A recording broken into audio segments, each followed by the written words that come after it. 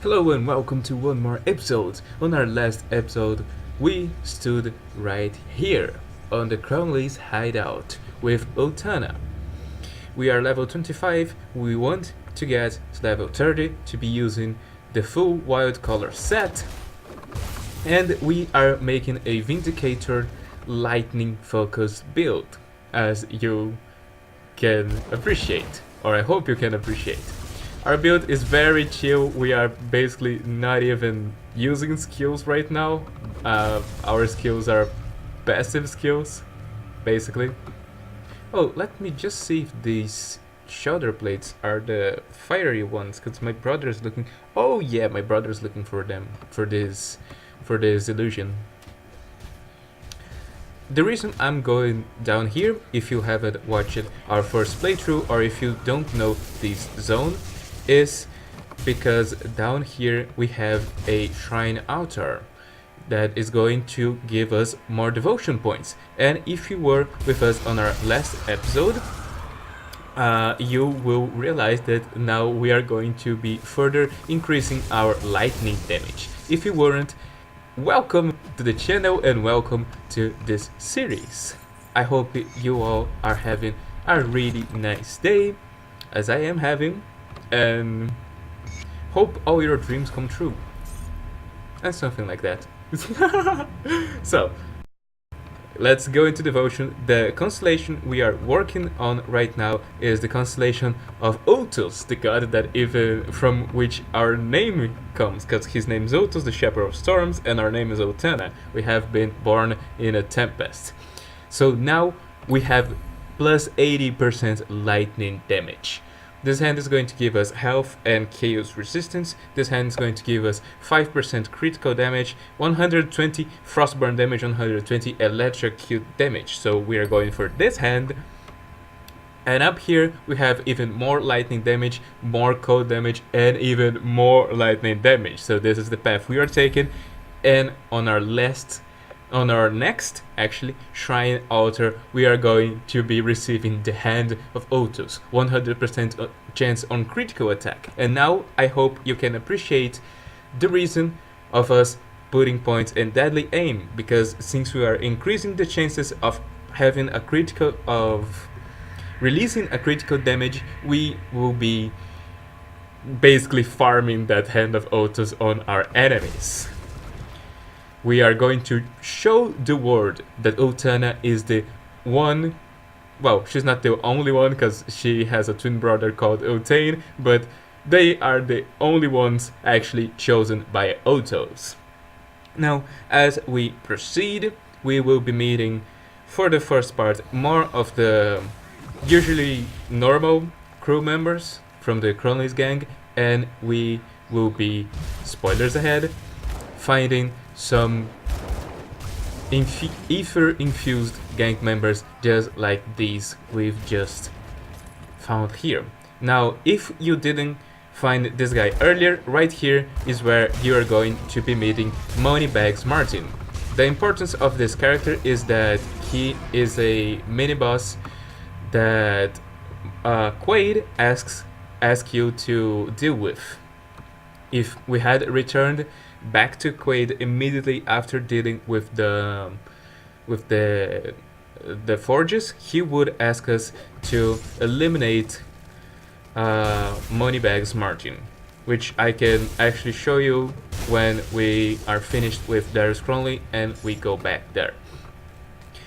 We are traversing these beehives right here because I'm looking for one more royal jelly. It would be nice to find a royal jelly here, which sometimes you're going to randomly find one here. So that's the reason I'm exploring these parts, and the other reason is just that, well, this is an exploring lore playthrough. We are trying to explore more than just go running through contents like I did with Erasmus. Right here we can find Dareni. I'm kind of curious if I can just go to the door. No. Some NPCs I can just kind of ignore. Dareni, if you were not watching the first episodes, we made a pact with this guy. He gave us the strange key to find Salazar, the Blade of Cthulhu. He gave us instructions of how finding these cultists in Burridge outskirts. And now he's here and he's infused with ether, which he didn't have, back in Devil's Crossing. So when we talk with him and ask him why, he tells us that he still has he's still holding to a grudge against Bourbon, and that he also has a desire for more of the power that Darius is infusing into his lieutenants. So we are going to be putting Dareni down with no challenge at all. And let's proceed. So you guys can see how amazing our basic attacks kind of dealing with these guys, because each time we attack, it's going to be dropping the lightning and thunder upon them, and also sometimes it's activating the tsunami constellation. So we end up dealing a lot of cold damage and a lot of lightning damage all at once. We just defeated that mini boss in 2 hits. And these guys, we didn't even touch on them. It was the tsunami thing. The thing that we activated that makes the torrent, I think that it's the name, it's probably torrent. Yeah, the torrent, the cascade, that's the word I was looking for, that activates from our attacks, is also really interesting in clearing this, well, not this place, but all kinds of content. I'm going to read that note as soon as we have a break here, but every time we go in, just attack one guy that's attacking us, more people come. Now we have a moment to breathe, so let's read it. The Bruiser Romanov's note. The boss says I done good when I smashed them rovers' skulls for hiding their food. Says I'm next in line to join him and his brothers in New Dawn. I've seen what those boys can do with them green crystals in their flesh. They could tear a man in half like a loaf of bread. But I heard them screaming too when Cronley put the crystals in. Sounded worse than the last time he got his hands on a rover woman. But a little pain's not about to turn me into some knife-stabbing wimp. Nobody's gonna out-muscle the Bruiser around here. So we found out in this note that this guy also got infused, and probably he's already splattered all over the ground. Just like these guys that the NASA would like to thank this guy for the air exploration that he got right here.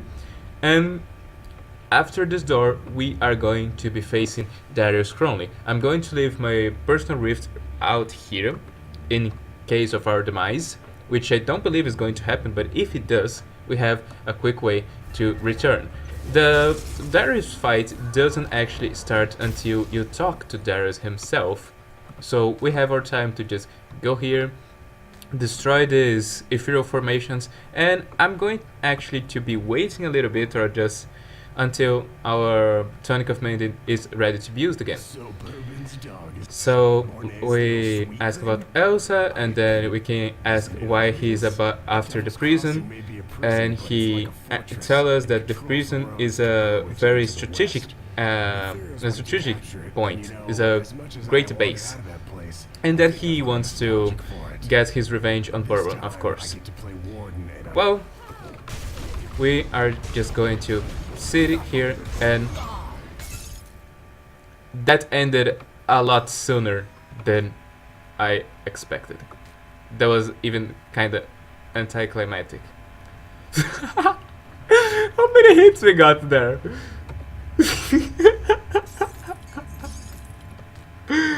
Okay. Well, that was fun. Okay. Well, back here is the ethereal formation that Frankie the Knife was telling us about on our last episode. We also have 2 notes of Cronley's. We are going to be destroying the laboratory and the crystal. This is going to be giving us enough XP to raise our level to level 26. I'm going to be dropping these points into our physic, and let's read the notes. So, Cronley notes Part 1. When the attack stopped and the Furios sent in their envoys, they knew they had us by the balls. All they had to do was squeeze, and any other man would have sung them a tune worth of the Irulan opera, but they've never contented with Darius Cronley. They came, 2 of them, humans and robes. Only thing that gave them away was the eyes that glow sickly ether green. They offered me a chance to surrender, a chance to live out our lives as vassals and breeders for their growing army. I sent their heads back on spikes, see if those spirits survived that. But when they came back again with new terms, well, then they were speaking my language. I was to be a piece in their grand design, a master of my very own army of ether-empowered humans. All I had to do was to pledge myself to their cause and to plant one of their crystals within the mine. The rest, they said, would be revealed in time. So Darius is one example of a human that kinda willingly accepted the ethereal infusion. For example, other characters like the Warden Krieg, if we read his journal back on Burridge State, you see that he's not Krieg writing anymore, and the ethereal that has possessed him is the one writing. So the ethereal says something like, Krieg is headstrong, but I have him under control. In Cronley's notes, however, we see that Cronley is the one writing. The Ethereals left. They are headed north to Homestead in order to squash a human resistance orchestrated by the damned Black Legion. I've been left to my own devices, but for one caveat: eradicate Devil's Crossing. It's a task I will relish with great pleasure. There are so many ways I could squeeze the life out of Bourbon, but unfortunately I'll have to settle for just one. Perhaps after I behead his mangled corpse, I'll shove him full of ether shards and bring him back as a personal servant. Then I can kill him over and over and over again. But first I must finish my glorious army. Another batch of aspiring followers is due to arrive within the hour. They have no idea of what suffering and agony is in store for them. I sometimes wish that more would die during the procedure. The failed ones make for such entertaining playthings, their screams echoing through the tunnels. Perhaps today I'll have to slit one's throat, just for good fun. So yeah, Cronley is not exactly the most fun person in the world. These wooden doors, I talked about them on my first playthrough, but I'm going to be talking about them again. There is a small village near Arkovian, I believe, that if you go there, and we are going to be going there afterwards, so you guys see where is the place, and if you guys want to make the other story, you guys can also see.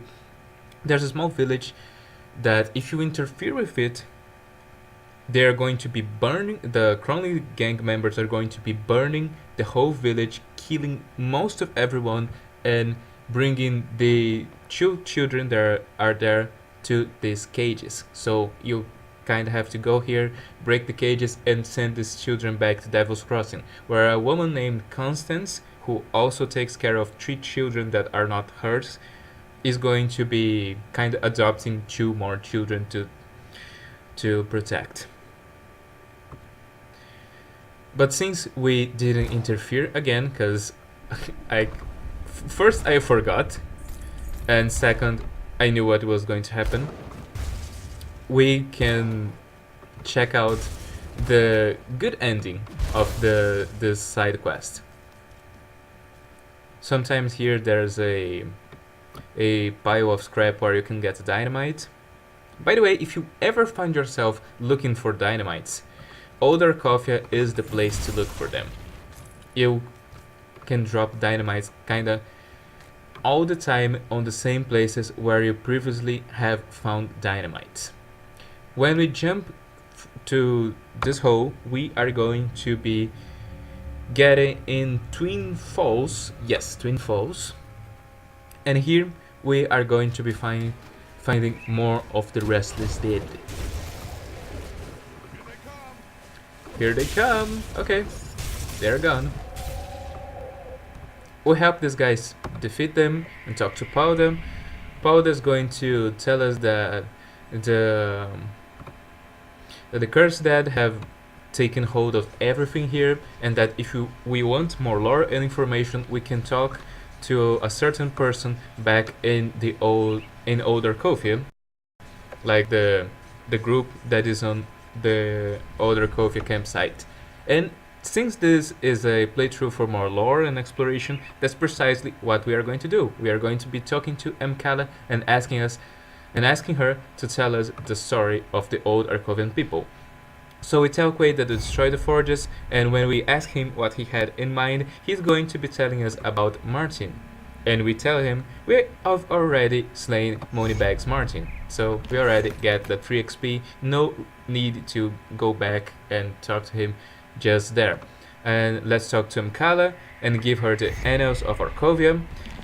And if you talk to her now, please, I'd be interested to hear the tale of old Arkovia. Mkala is going to start. The ruins that dot the landscape here were once part of a thriving culture in ancient times. Arkovia prospered by acting as a trade hub between the western lands and the Great Lake.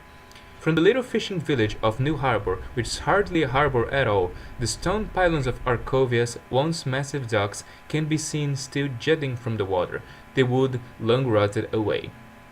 How did Arkovia fall? Arkovia was a proud city, but its people were overly obsessed with war and titles. The nobility constantly maneuvered and plotted against one another, sometimes leading Arkovia into civil war.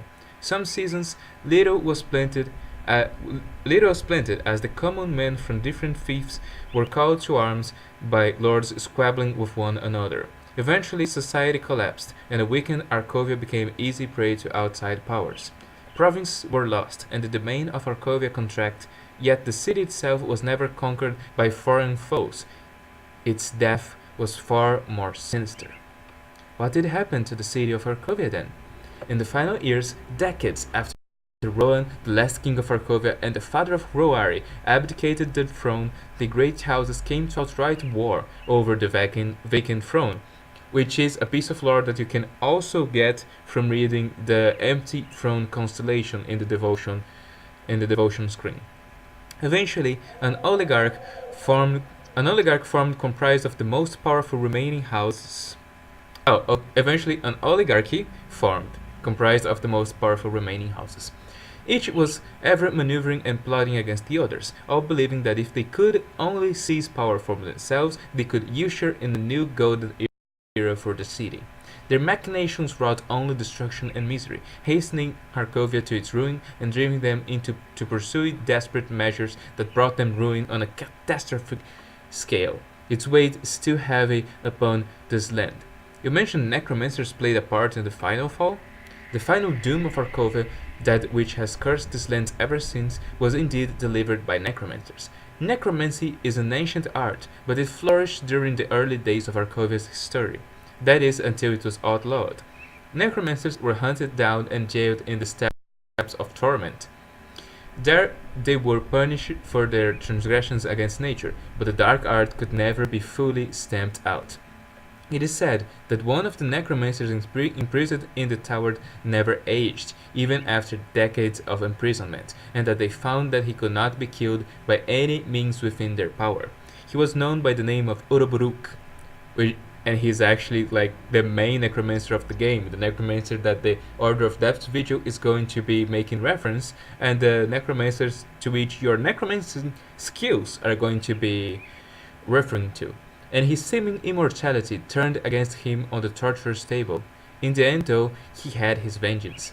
How did Uroburuk manage to carry out his vengeance? As Arkovia went, the oligarchs became increasingly desperate and driven to extreme measures.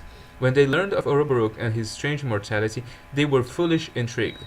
The great houses lusted for the secret knowledge by which they could achieve immortality for their bloodlines, and they fought to compel that knowledge from the necromancer. Uroburuk played upon their desires and betrayed them with a false ritual that they were all too eager to believe. The souls of the Arkovian were bound eternally to their cursed city, while their mortal flesh decayed. I sense there's something you're holding back. Yes, the most terrible part of this tale. I had thought not to speak it, but you seem determined to seek the full truth.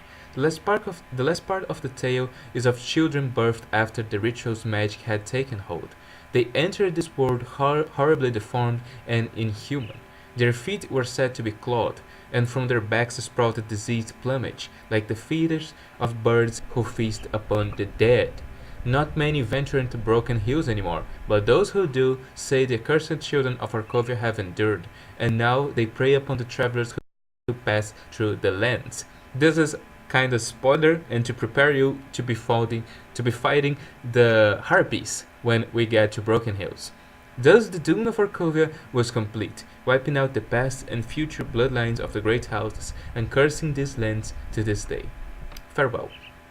We can now see an exclamation point over Eva. She's going to be asking for the royal jelly. I only have 2 of them, so I'm not going to be picking this quest line until it's complete, so I don't have to be looking at a bunch of visual pollution here. We are going to go back to Devil's Crossing and report to Mornay. I'm going to also show you, because I actually did this on the little cut back then, where Stephen Skinner is, the guy that we saved from the burning house.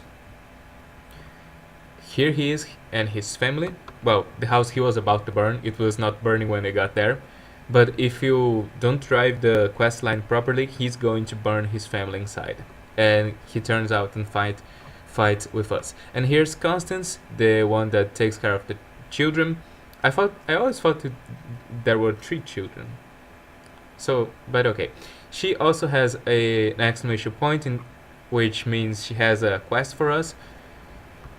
A quest where she asks us to get fabric in the abandoned water house or water place on Burwich, like near Burwich States, I believe.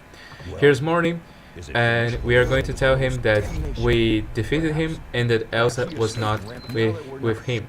He's going to tell us to speak to Barnabas and to find out what is our plan course, our flight plan. So Barnabas is going to give us the mission to reach Homestead. Before I go to Homestead though, there's something we can do to reduce the number of things in our screen, and that is hunting Salazar. The last time I believe I hunted Salazar before fighting Cronley. No, it was later. Yeah, I hunted Salazar when I got to Homestead. Now I remember, the name of the episode was Home to Homestead. Feed Salazar. And this time we're going to be hunting Salazar right after Darius Cronley. So, with no further delay, let's put an end to the profane rituals. The only god that can be worshipped is Ultos, the storm god, the shepherd of storms, the younger of his brothers, according to the lore in his constellation. So as we approach, we can start to find some cultists here. They are not posing a challenge to our mighty Otana, our Vindicator. And look at this. When we have the strange key, we found the priest dropping the strange key that is needed to open the door. If you don't have the strange key, you cannot unlock the door ahead. And the way to find this key on your own, if you don't make the pact with Dairene, is to hopefully find the priest that was right here, and upon killing the priest, he always drops a strange key. But the priest is not always here, so not always you're going to have a key to get inside Salazar's place. I'm going to actually check one thing. If we leave now, the strange key is going to be there still. Can we just have a strange key on us, or the strange key disappears? Oh, it's still here. Okay, let's have a strange key then. I don't think it's possible to put this key on your shared stash, but maybe it is. And so you could collect these keys and give them to other characters, therefore you don't need to make the deal with Direni. And if you don't make the deal with Direni and confront him and defeat him back in Devil's Crossing, that means you don't have to fight him when you go on Cronley's hideout. So this is a little trick if you don't like to meet him on Cronley's hideout, or if you think that he might pose a threat to your build, to your character there. We could be doing a better job of dodging the little projectiles from these guys, but honestly we don't care that much. Also, we are level 27. I didn't quite realize when we got the level up, but we are going to be stopping behind this wall and investing some points. So we finally completed the deadly aim, which means now we have a 20% crit damage, which means there are more probabilities for dropping the Ultos hand skill on our enemies.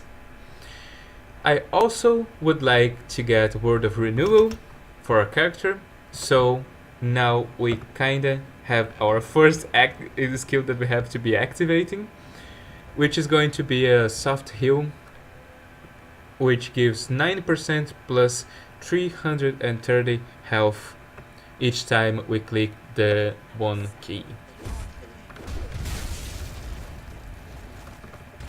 You guys are so wrong. I'm not a non-believer. I am the believer. I just don't believe in your false deities. I used a tonic of mending there, mostly because I'm accustomed to doing it. I'm just used to doing it. But instead of using that tonic of mending, since it was not a lot of health, I could have just used the Word of Renewal right there. And right here, inside of this door, we are going to be meeting Salazar and his Harbinger. So, as always, we're going to be leaving our rift travel right here, and now we are going to be invading Salazar's sanctuary. So, he hit us with a Doom Bolt right there. I used my Word of Renewal. I'm now sitting and trading with him, but I don't want to be found just standing on these damage seals. And the Salazar's fight is already over, but at least he survived a little bit more than Darius Cronley. Like, really, that was so anticlimactic. I was a little bit more prepared for Salazar though, because we finish. I don't know, man. I really like this build. I'm really liking this character, but sometimes I think it might feel to you guys like there's no emotion to be had here, which I disagree. I think there are a lot of emotions running wild, like here, like just laughing at nothing surviving the storms, because we are the chosen from Ultos. We are meant to bring the lightning upon all heads. Now we're going to open a new rift travel right here, just so we can return to Devil's Crossing faster. And I'm going to make a little pause just to check how long have we been into this video and to decide what we are going to do next.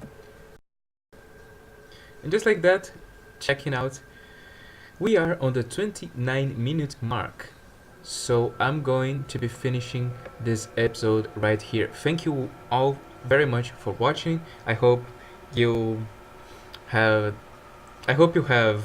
enjoyed, and I see you guys on our next episode.